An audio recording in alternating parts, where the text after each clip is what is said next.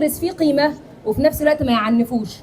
فيقول له ايه سيدنا النبي عليه الصلاه والسلام؟ يا غلام سم الله وكل بيمينك وكل مما يليك. الاول بدا بكلمه حلوه، يا ابني يا حبيبي، دي بمفهومنا احنا المعاصر.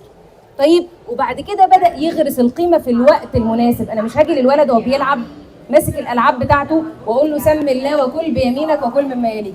دي اللخبطه اللي بتحصل عندنا، ان احنا بنقول الاوامر في وقت غير مناسب. لكن سيدنا النبي كان بيحترم الاولاد ويتعامل معاهم احترام وتدليل وفي نفس الوقت حسم. النهارده احنا من اكتر القيم اللي غايبه عننا هو عدم تحمل المسؤوليه.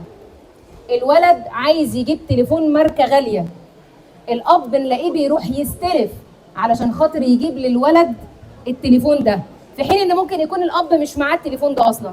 ليه؟ يقول لك اصل انا مش عايزه يبص لاصحابه. وفي الاساس بتبقى المشكله الكبيره عند الاب اصلا. انت عندك مشكله داخليه بتعوضها في الولاد، انت كان عندك مشكله حرمان او حاجه وهو الولد لا هيبقى محروم ولا كده. لكن الفكره ان انا لازم اعرف ولادي امكانياتي الماديه ايه. انا التليفون ده ما اقدرش اشتريه، لازم الولد يكون عارف ده. شوفي سيدنا النبي عليه الصلاه والسلام، واحد من الصحابه في ظل التعذيب اللي كانوا بيتعرضوا ليه الصحابه، سيدنا الخباب بن الأرت. وقتها كان في نوع من الاضطهاد للمسلمين وبيتعذبوا. فيحصل ايه؟ يجي سيدنا الخباب شاب صغير بيتعرض لتعذيب وعنف في مكه، فيجي لسيدنا النبي ويقول له يا رسول الله الا تستنصر لنا؟ ما تدعي لنا كده ربنا ينصرنا ويرفع عننا اللي احنا فيه. طيب فسيدنا النبي يغضب ويقول لسيدنا الخباب ده، يقول له انه كان في من كان قبلكم يؤتى بالرجل ويحفر له حفره فيوضع فيها ويؤتى.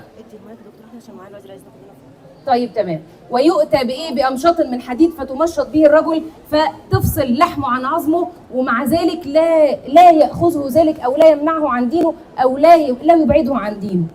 هنا النبي عليه الصلاه والسلام كان ممكن يهديه، يقول له معلش طب خلاص نصبر شويه. ولكن سيدنا النبي عليه الصلاه والسلام اتعامل معاه بايه؟ بان في مواقف لابد لها من الحسم، لابد لها من امور تربويه معينه. طيب فالشاهد يا حبايب ان اول حاجه معيار الاحترام، واللي هو يعني ما بين الاحترام والدلع. احترم الطفل، وتاني حاجه اخليه يتحمل مسؤوليه، يعرف انا فين، مستواي الاجتماعي والمادي لازم يعيش معايا الواقع المادي بتاعي. مفيش حاجه اسمها ان انا ادلل او اروح استلف علشان اجيب حاجه للاولاد.